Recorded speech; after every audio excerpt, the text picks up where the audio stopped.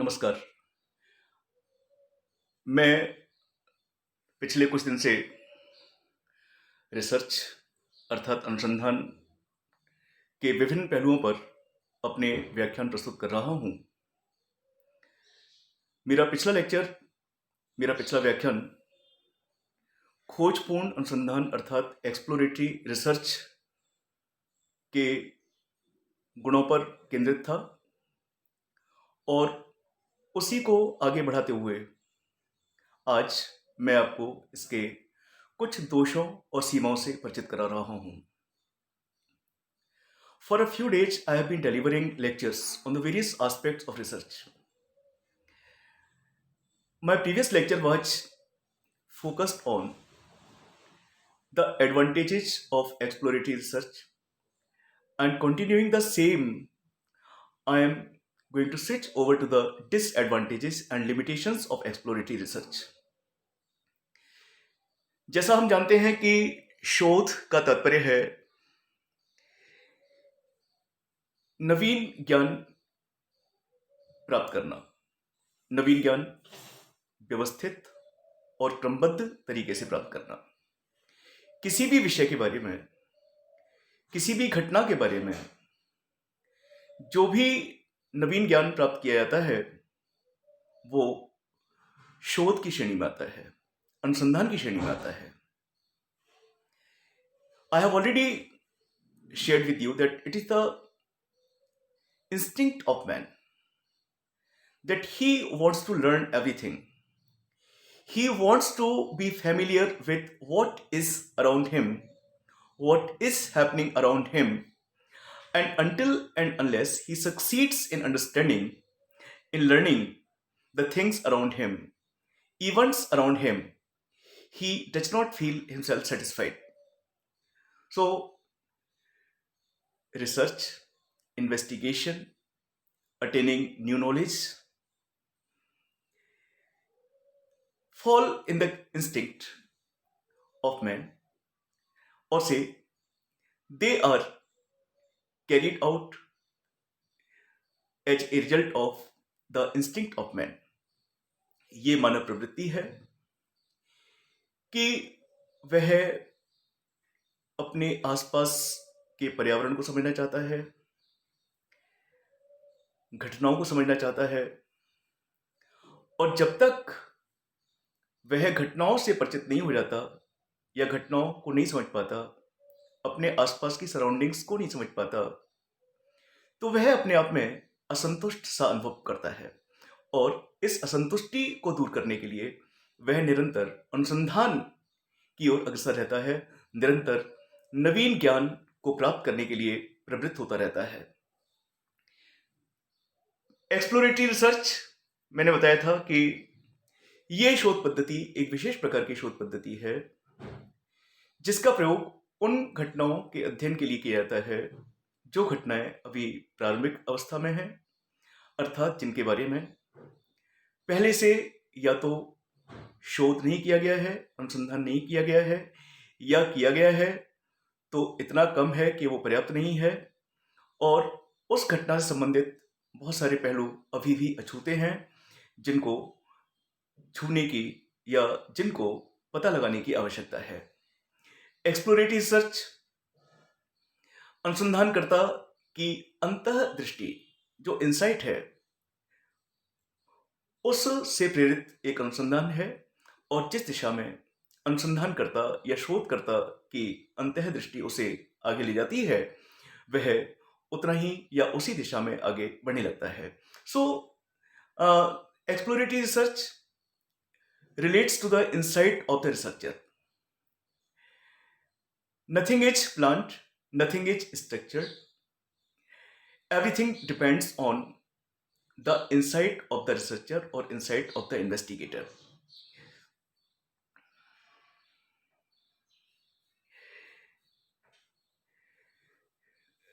Before I come to the disadvantages of exploratory research, इससे पहले कि हम खोजपूर्ण अनुसंधान की सीमाओं या दोषों पर चर्चा करें, एक बार पुनः आगे बढ़ने से पहले हम ये जान लें कि exploratory research is a kind of research carried out for an issue which has not been clearly defined. खोजपूर्ण अनुसंधान अनुसंधान का एक ऐसा प्रकार है जो किसी ऐसे विषय को लेकर किया जाता है जो स्पष्ट रूप से परिभाषित नहीं है. It assists to identify the best research design, data collection method and selection of subjects. और ये जो अनुसंधान की पद्धति है ये इस बात में मदद करती है कि जो सबसे अच्छी डिजाइन है, अनुसंधान प्ररचना है, शोध प्ररचना है, उसको पता लगाया जाए, उसका निर्माण किया जाए, डाटा कलेक्शन किया जाए, एक सही मेथड से जोड़ती है और साथ ही जो इकाइयों का चुनाव है उन इकाइयों का चुनाव भी इसके अंदर किया जाता है. तो ये निश्चित रूप से एक विशेष प्रकार की शोध पद्धति है. इसके अंतर्गत एक रिसर्च बेस्ड डिजाइन या बेस्ट रिसर्च डिजाइन पर कार्य किया जाता है, जिसके अंतर्गत डाटा कलेक्शन भी किया जाता है और अध्ययन के लिए एक पद्धति भी अपनाई जाती है और सूचनादाताओं का चुनाव भी किया जाता है, उन पर अध्ययन किया जाता है. The outcomes are not generally helpful for decision making. लेकिन ये ध्यान रखें कि ये जो शोध पद्धति है ये निश्चित रूप से घटना की गहराई में अनुसंधानकर्ता को पहुंचने में मदद करती है, क्योंकि जैसे जैसे अनुसंधान कार्य आगे बढ़ता है, जैसे जैसे घटना का अध्ययन अनुसंधानकर्ता करता है, तो उसी के साथ साथ अनुसंधान के नए रास्ते खुलते चले जाते हैं और जो परतें हैं वो हटती चली जाती हैं और उस विषय की गहराई में अनुसंधानकर्ता निरंतर आगे बढ़ता रहता है. लेकिन ये ध्यान रखें कि इसके द्वारा गहराई में तो जाया जा सकता है घटना की में, परंतु निष्कर्ष नहीं निकाले जा सकते. बहरहाल they can offer significant clues about a given situation. लेकिन ये जरूर है कि जो भी कुछ पता लगाया जाता है वो दी हुई स्थिति के बारे में महत्वपूर्ण जानकारियां देती हैं.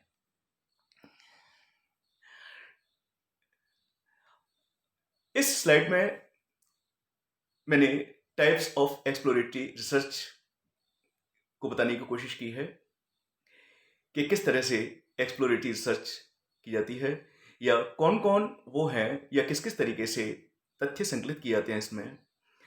फर्स्ट इज लिटरेचर सर्च और से लिटरेचर रिव्यू और study of related literature. Second is depth interviews, then focus groups and then case studies or case analysis. So study of related literature or review of related literature, depth interviews, focus groups, case studies are the various types of methods, various types of research, various types of exploratory research which help the researcher explore the unknown things, explore the unexplored aspects of the problem. और अब हम जो व्याख्यान का मुख्य विषय है आज कि एक्सप्लोरेटरी रिसर्च के क्या क्या नुकसान हैं, क्या क्या दोष हैं, क्या क्या सीमाएं हैं, उनमें से कुछ की हम बात करेंगे. तो first I am mentioning here that exploratory research won't be able to replace conclusive quantitative research. This is the main disadvantage. This is the first and foremost disadvantage of exploratory research, that exploratory research is not able to replace conclusive research. It is not able to replace quantitative research. Second disadvantage that I am mentioning here is that exploratory research methods have their own limitations. The majority of the research methods adopted in exploratory research supply qualitative information, not quantitative information. They supply interpretation of the findings, and the interpretation of findings that is presented is usually judgmental. They are not judgments, but they are judgmental. They lead to judgments. So it is another disadvantage of exploratory research. Then the next disadvantage that I can mention, or we should keep in our mind about exploratory research, is that the majority of the exploratory methods make use of modest samples that might not be representative since they have not been chosen on a probability basis. So, what I mean to say, that the samples that are selected for the exploratory research are not chosen on a probability basis. Just randomly they are selected, and on those samples the study is carried out, study is conducted, results are found out, and those results are applied to the whole. So obviously, what I mean to say is that the samples that are generally chosen for the exploratory research are modest samples, and there are chances that they are not representatives. They fail to make proper representation of the whole because no probability is paid before the selection of the samples. So it is another disadvantage of exploratory research. Next, the exploratory research is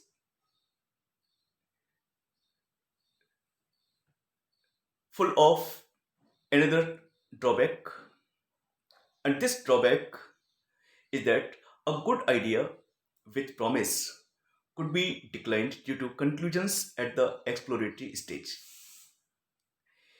At the exploratory stage, conclusions are drawn which might not be true conclusions. Making exploration does not mean conclusions. No doubt, our explorations may lead us to conclusions, but they are not conclusions in themselves. So, this is the biggest drawback of the exploratory research, that due to conclusions at the exploratory stage, the good idea with which this research is carried out is declined.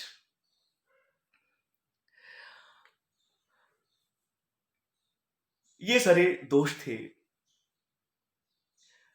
Exploratory research के, कि exploratory research में samples proper representation नहीं कर पाते, samples probability के आधार पर नहीं चुने जाते,